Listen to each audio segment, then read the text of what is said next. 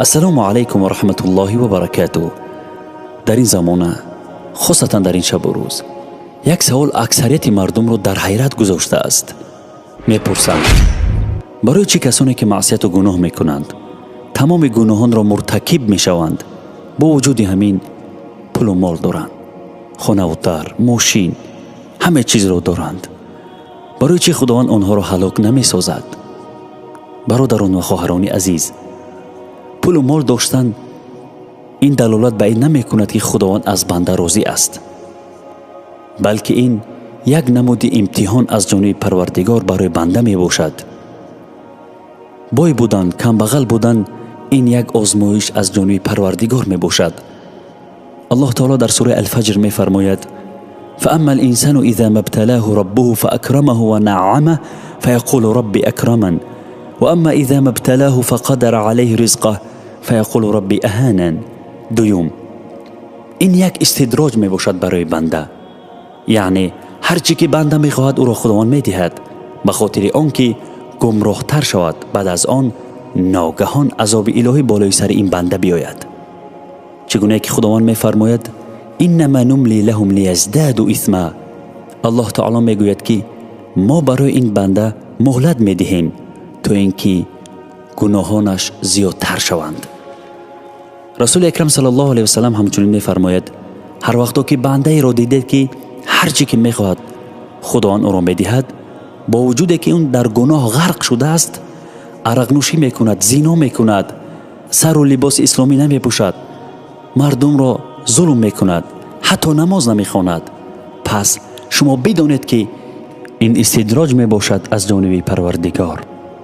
خداوند در سوره طه می فرماید: لا تمدن عینیک الی ما متعنا به ازواجا منهم. آنچه که ما از زیب و زینت و نعمتهای مادی دنیا کافران را، مشرکان را برخوردار گردانیدیم، نگران مباش. میدونید برای چی؟ لنفتنهم فی.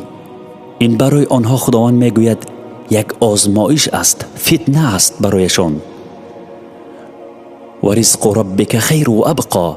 اما رزق و روزی که خداوند برای پرهیزگاران عطا میکند، این بهتر و پاینده تر است. اگرچه هم کم باشد، اما این بهتر است، اما برکت دارد. پولی که از راه حرام آمده است حتما به آسانی از بین می رود. فلما نسوا ما ذکروا به فتحنا علیهم ابواب کل شیء. پس چون پنده که به آنها بر گناهگاران داده شد فراموش کردند، از دین الله دور شدند، گوش کنید در نتیجه چی رخ داد؟ فتحنا علیهم ابواب کل شیء. به آنها درهای همه چیز را گشاده ساختیم. هر چیزی که میخواهند خداوند آنها را میدهد در این دنیا.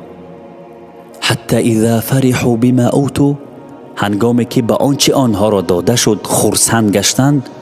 شاید بعضی آنها میگویند که مرا الله تعالی داده، این رزق پروردگار میباشد. خرسند شدند، فراموش کردند که این استدراج بود. اخذناهم بغتة فاذا هم مبلسون. ناگهان آنها را خداوند میگوید گرفتیم، پس ناامید شدند در این دنیا. دوستان عزیز، برای همین در نزد الله تعالی بای و کمبغل یگان قدری ندارد. یگانه کسی که در نزد الله تعالی قدر و قیمت دارد این پرهیزگاران می باشند، کسانی که از خداوند می ترسند. ان اکرمکم عند الله اتقاکم.